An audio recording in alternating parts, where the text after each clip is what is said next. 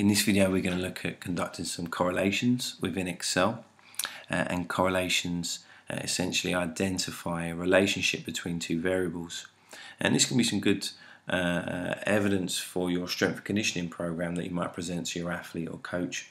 For example, if you identify that strength or those that are strongest are also those that jump the highest and run the fastest, which are key determinants of successful performance, then that may justify or provide some objective evidence for the inclusion of strength training.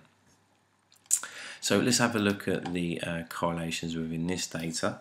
So if I just set that up first, we go in here and I'll just transpose that same information here. So when we correlate each variable to itself, we would get a correlation of 1, so 1 being a perfect correlation, hence a diagonal row of 1s here. And we're now going to correlate a counter movement jump against RSI, and we'll just do counter movement jumps for this example, noting that everything above this row of 1s is just a mirror image of what's below it. So the formula is equals correl, and then it asks for array 1, which is going to be counter movement jump. It asks for a comma, and then for array 2, which is going to be RSI, close brackets. We'll then continue, and we'll do another couple. Correl array 1, we're going to stick with counter movement jump, and we'll make array 2 this time pro agility, and then finally we'll just do the counter movement jump against 30 meter speed. So here we have our correlation values. Here the correlation between counter movement jump and RSI is 0.66, and in the other twos is a negative correlation of around about 0.5. So the negative correlation therefore implies that as one value goes up, the other value goes down, which makes sense, because here what we're saying is those that can jump the highest are those that run the fastest or change direction the quickest. And in terms of interpretation of that, we've got some of Cohen's interpretation here. He would say that anything above 0.1 is small, 0.3 medium, and 0.5 large. But we also have to be aware that as we're not doing this in a statistical package software like SPSS, we need to ensure that we have a certain sample size which will suggest that the correlation we found is actually a significant one, so one that's not just happened by fluke or by chance.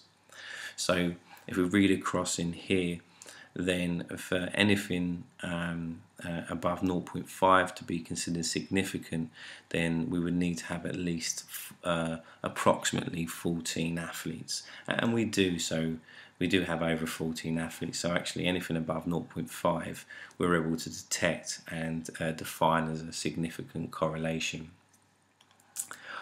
So another measure we can look at is the coefficient of determination. So above there we have the correlation, which we denote with the letter R, and the coefficient of determination we denote with R squared, because simply you square the correlation value. So let's just square these values and then explain that. So that's an up arrow 2 to square a value in Excel, and I'll drag that down and just decrease decimal places. So the coefficient of determination is a percentage value, and it explains the shared variance between the two variables. So here what we're saying is that the RSI score, or 43% of the RSI score, can be explained by the counter movement jump score, or vice versa. Obviously then we're not sure how you explain the other 57% of the score, but we can explain this much given the score obtained in the other variable.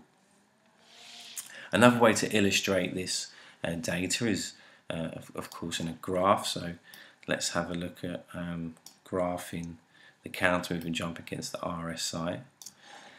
So we go to charts and we're going to represent it as a scatter graph. And if we then add on the trendline options, and we put the R squared value on, so the coefficient determination, we can see that it should mirror what we got. So the coefficient determination and the correlation between these two variables, we have 43%, which we've already calculated here, and we should get the same across as we move it across with the other variables. But in either case, however you decide to present the data, if depending on your correlations, you could have some good evidence to support your findings with your coach, and perhaps they'll prefer the presentation of data as a graph or the correlation value itself.